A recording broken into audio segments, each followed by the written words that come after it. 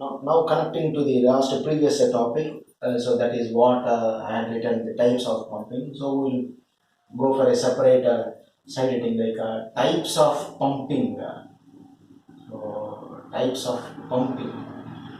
So first we'll define what is the pumping. So pumping is a process or a mechanism by which the lower level atoms or the number of atoms in the lower level are raised or excited. The accurate word is excited to higher energy level for population inversion condition or to attain population inversion condition. So pumping is a lifting or process of raising or exciting the lower level atoms to higher level atoms. So this is the representation how the lower level atoms, if I raise the lower level atoms, that is high E2, and say this is E1, I lift this atom to here and the next atom to here and next atom to here. So another atom, the process continues such that N2 greater than N1. So this pumping leads to population inversion, which is an important condition for a laser. So that is the first definition of a pumping. And the types of pumping is, as I said, that optical pumping. The first type is optical pumping. So optical pumping is nothing but we'll use some photon energy, light energy, that is a xenon flash lamp. Xenon, which is a source of polychromatic light, that is a white light. So this xenon flash lamp gives the light energy to a laser medium. So the medium which is giving the output as a laser, I will call it as an active medium, right? It is what is the word active medium means? It is nothing but a material, or it is a medium which is a source of laser light, right? So here, and I am naming it as active medium. So when I supply this xenon flash lamp to active medium, and then pumping occurs, and this pumping leads to population inversion. So population inversion. Then when population inversion is occurred, then a stimulated emission occurs, and this stimulated emission leads to a laser data. So here this optical pumping is mostly used for solid state lasers. So this is another topic where we will be discussing in the coming later classes. This is an important essay question. For example, a ruby laser. A ruby laser is a best example. So ruby means it is a class of it is a family of gems. So where it will be of almost red in color, like the color appears to be in the form of a pomegranate seed. So this ruby is a solid state laser, and here the active medium, what I said in previously, that it is a material or a medium which is a source of light. This active medium here is a ruby, right? So that is the simple points for an optical pumping. And coming to the electric discharge. So you know that electric discharge is simply supplying some electric charge to some of the plates. In between the plates there is a gas enclosed. The best example is our lamp, our tube light. So where there are two electrodes or two metal plates at the two ends, and such that when the two electrodes are supplied with electric, then the gas enclosed undergoes a discharge. So this is mostly used for gaseous lasers.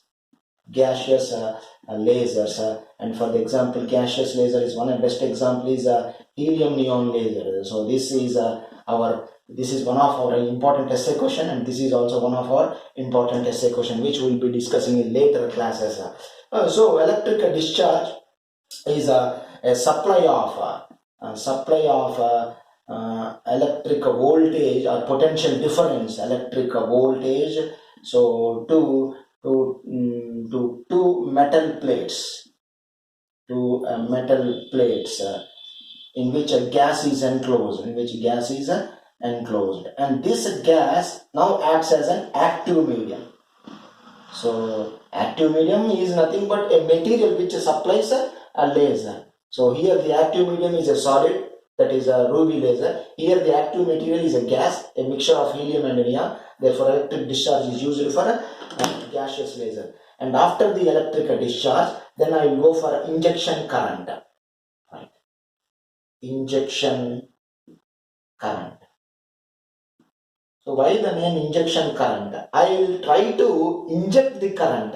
Now this is used for, once again, for a solid state laser. Here the solid state lasers are nothing but a semiconductor. So semiconductor lasers, where I will take a p-type material and n-type material, and when I inject the current, so that is as a result the charge carriers will be flowing through the junction. Here it is the junction between p-type and n-type material, that is a depletion or p-n junction. So where when the current is injected, automatically the laser will be emitted from the junction. So here this type of pumping makes the number of atoms more in higher energy level than the lower energy level. Here also the electric discharge makes the number of atoms in higher energy level than lower energy level. Here the optical pumping, light energy, makes the number of atoms higher in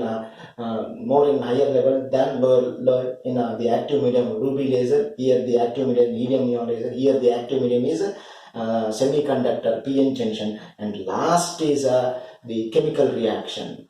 So chemical reaction. So chemical reaction, is a chemical reaction leads to exothermic reaction, where the energy is liberated,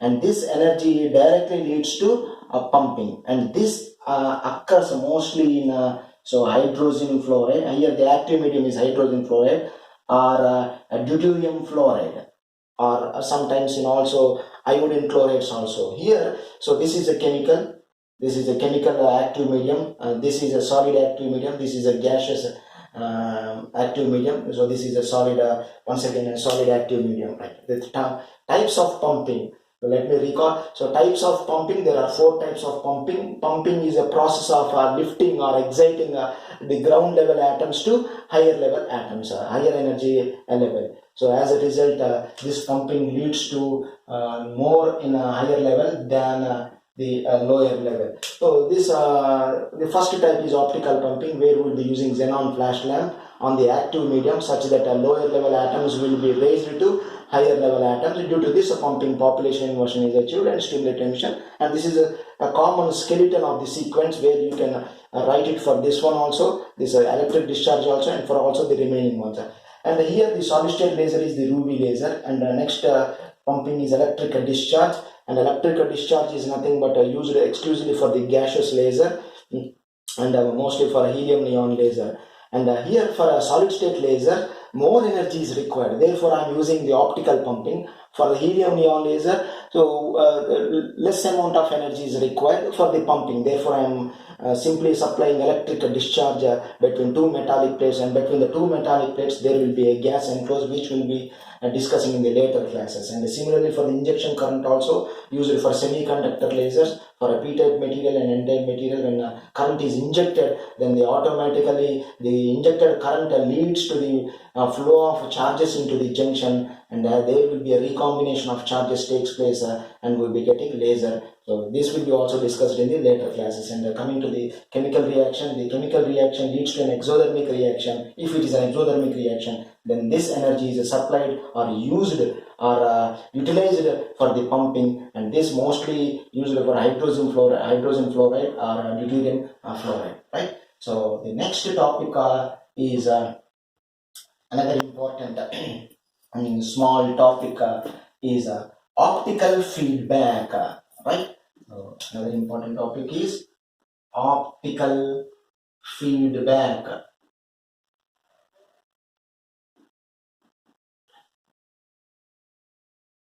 Then what is this, an optical feedback? So this optical feedback is once again an important a condition to be maintained, such that we'll get an energetic or efficient laser. So what is that? So in general, so by simply population inversion or by simply pumping, by pumping, we'll attain a population inversion, and this population inversion makes the light to be amplified, or light will be amplified. So as a result, this amplified light produced in the active medium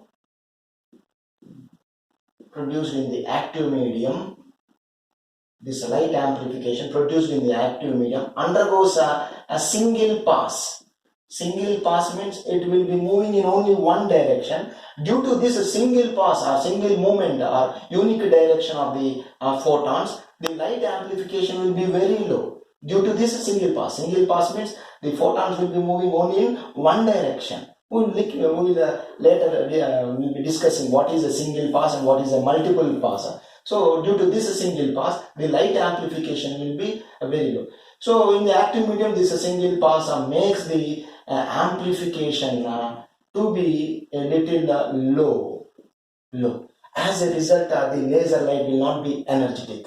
So in order to rectify the problem, so and also if we use the active medium, for that we have to use a reasonable length, or we have to increase the length of the active medium. If the active medium is only this much of the length, then there will be the passing of the atoms or the movement of the photons in one direction, and that is a single pass. So for the amplification to be very high, if I increase the length, which is not a feasible condition or a favorable condition, we cannot increase the length. We will only use a reasonable length. A reasonable length of active medium means if I take the ruby rod reasonable length, I will take almost 4 centimeters in length. So where I cannot get the amplification to be very high by this single pass. So this problem can be rectified. So the above problem can be rectified by placing two plane end mirrors at the active medium, at the ends of active medium. Right. Let me draw a diagram where you will feel more comfortable. Right. So what is the problem? Let me go back to the beginning. Simply by pumping in an active medium, that is making the lower level of raising the lower level atoms to higher energy level and making the number very large. So that is N2 greater than N1. So if you see that how important the condition. So repeatedly I am writing because this pumping makes N2 greater than N1, which is a population inversion, and as a result light will be amplified. And this light amplification is produced in any material which provides a laser light. The medium which is providing laser, I name it as active medium. So, but in the active medium, the photons will be passing in only single direction. So as a result, the amplification will be low. Due to this also happens because I am using a reasonable length where I cannot use a huge length of active medium. So this is a problem where the amplification is low and laser light will be a little bit low efficient.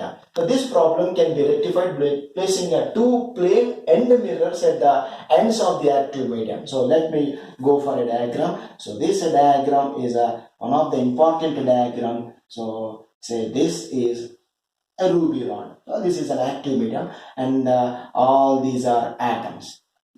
Right? All these are atoms. So this is in the thermal equilibrium state where the atoms are almost in the ground energy level. So this is an active medium. Let me say this is active medium.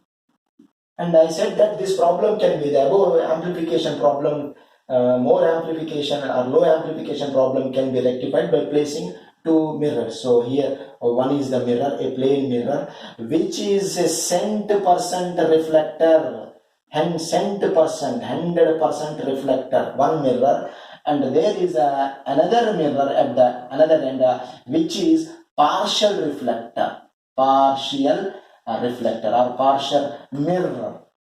Partial mirror means here this mirror 100% reflector or mirror, you can write it at any way. So here this mirror reflects total photons, 70% photons, but here this partial reflects some photons and allows some photons.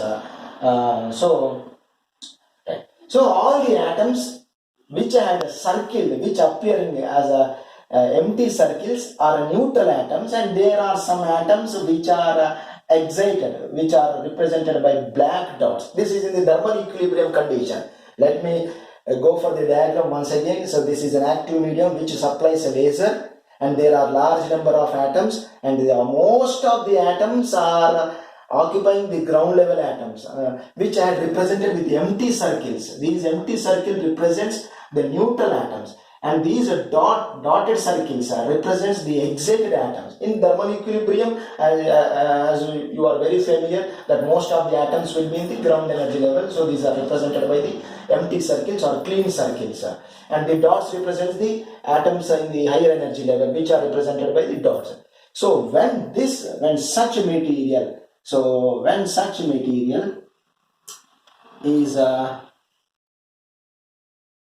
is pumped optically, which I can write it as a non-excited medium. So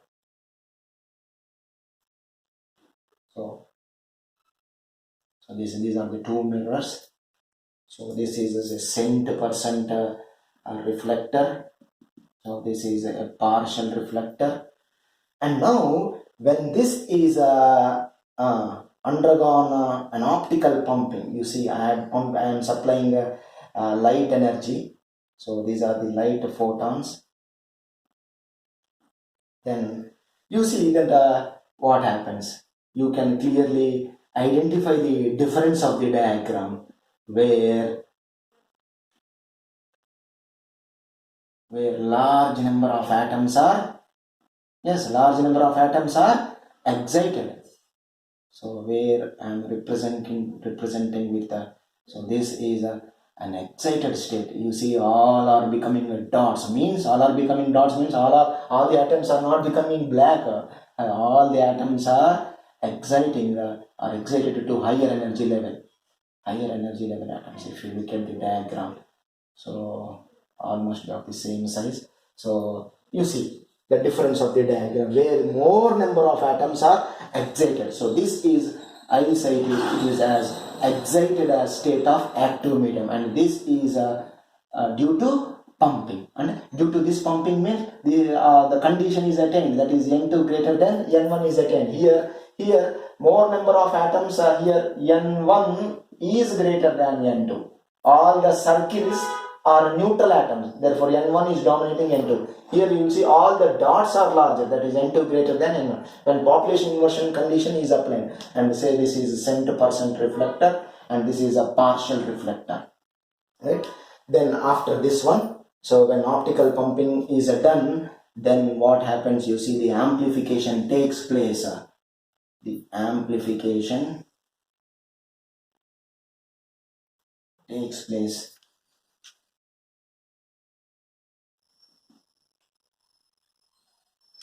And as a result, so due to these atoms, there may be a chances of spontaneous emission, and also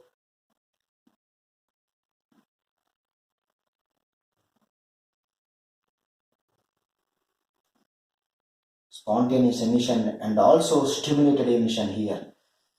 So our condition is only stimulated emission, and if there is an accidentally chance of a spontaneous emission, nothing to worry. This spontaneous emission leads to a stimulated emission. Here you see the photons are emitting out these photons. So better I represent it with another ink. So these atoms will be de-exciting to a lower energy atom. If you look at the photons are emitting and all the photons are in a phase like this. So you see the stimulated emission and the spontaneous emission are occurring and as a result, so I will write it as a spontaneous and stimulated emissions. If there is any chance of spontaneous emission, so most probably this occurs, but if there is any chance of spontaneous emission, and you then automatically the spontaneous emission photon also travel along the axis of the rod and will be in phase with the stimulated emission photons. Right? Important point here you have to listen. If there is a chance of spontaneous emission, the spontaneous emission photon travels along the length of the, or along the axial length of the rod and will be in phase with the stimulated emission photons. And as a result, the next diagram, what the next diagram shows is, so these photons, these emitted photons will be traveling and undergoes a reflection here. This is a partial reflector, and forth back, and they move forth and they move in the backward direction, and as a result once again this backward movement creates the photon number to be amplified in a large number like this. Right? They will be moving forth and back. Forth means forward and back. So these photons only once again move back, reflecting at the partial reflector and moving back, and it creates more number of photons. And as it is a center percent reflector here, there is no chance of escape here. Here this is a partial where the escape starts at the early stages, because the photons are only very less in number, so they will almost there is a high probability of reflection only, and once again the photons will be traveling and once again will be reflecting here and traveling in the forward direction, and if you see all the photons will be in phase here, and once again they undergo the reflection at the partial reflector or partial mirror, and once again they travel back. So therefore this is called as a oscillation of photons. So as a result, the photons will be moving in forward direction, forth, and moving in the backward direction and undergoing the reflection here, and once again, and as there is the photons will be oscillating in the active medium. So therefore this is like an electrical oscillator with a positive feedback. So, and as a result, due to the movement of the photons in the forward direction and backward direction, once again there is a chance of exciting the atoms to higher energy level, and once again de-exciting to the ground energy level, and there may be a chance of stimulated emission, and automatically this occurs in a huge process, that is the photon number will be multiplied in a large number, that is photon number is multiplied in large number is nothing but what we are saying, that amplification. Here there is a chance of here the amplification takes place enormously. So if you look at the next diagram, you see that the photon number will be very high as compared to the above diagram. So here you see all the photons will be in phase, and the number also is increasing, that is the amplification is taking, the photons amplification is taking. So this is the difference between the two diagrams, where if you look at the number is amplified like this. So, and as a result there is no chance of reflection here, because the amount of light became enormous, and automatically it chooses a chance of escaping through the partial reflector, and here from this we will be getting the high energetic laser. So therefore hence this is known as optical feedback. So I am feeding the photons back once again. I am feeding the photons back, and once again these photons are coming, and the number is multiplied, or the number is increasing, and once again I am feeding back. Hence the name feedback. So I am feeding these photons, the emitted photons, once again backward direction, and getting another more number, and once again I am feeding back, and this process is known as a feedback, and therefore this is known as optical feedback, or also known as optical resonator. Optical resonator. Optical resonator, and such that there will be a condition such that enormous amount of light will be in the active medium, and there is no chance of once again going back, and as a result definitely they will be escaping through the partial. There is only one way, and here because it is 100%, there is no chance of escape through this mirror. There is only chance of escaping to the partial reflector, and as a result, as the light is amplified enormously, the light is emerged out from the partial reflector, and that light is known as a laser, right? So once again, let me go for the key points. So optical feedback, by pumping the population inversion is achieved, and light is amplified, as we know that, and this is produced by an active laser giving medium. That laser giving medium is known as active medium, and in the active medium the single pass, the photons only undergo single pass. As a result, the amplification will be very low, and also due to reasonable length of the active medium, where I cannot increase the length,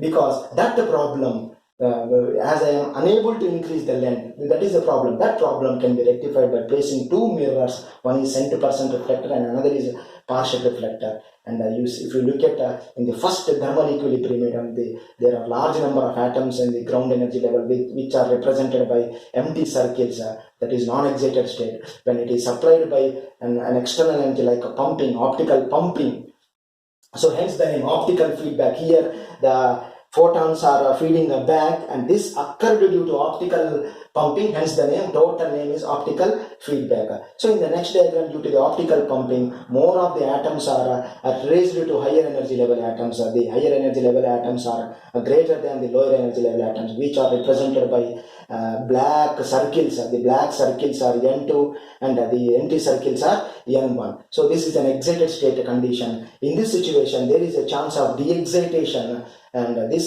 chance of de-excitation may be spontaneous emission and stimulated emission. These spontaneously emitted photons travel along the axis of the rod and will be in the phase with the stimulated emission photons, and these photons travel and undergo reflection from the partial mirror, and once again they are fed back to the active medium, and once again there will be an amplification of photons in number, and once again there is a feedback of these photons, and once again this occurs in a multiple manner. Therefore this optical feedback is also known as a multiple pass. Here it is only a single pass, means it travels only in a unique direction, but here if you see, the photons are traveling or passing in a multiple times. Due to this multiple times passage, there is enormous chances of stimulated emission by de-exciting the atoms to the ground energy level, and the photons are oscillated forth and back in the active medium between the two mirrors, and as a result, at the end of the process, the photon number will be amplified, is amplified in an enormous manner, such that there is no chance of further feedback. So there is only chance of escaping the photons, and that escape of photons occurs only through the partial mirror here. So these are the partial mirrors, and here it is 100% mirror. Therefore this is known as optical feedback and also known as optical resonator. Right. Next, in the next coming classes, we'll be discussing another small topic, and then we'll be discussing the essay questions, that is ruby laser and helium neon laser.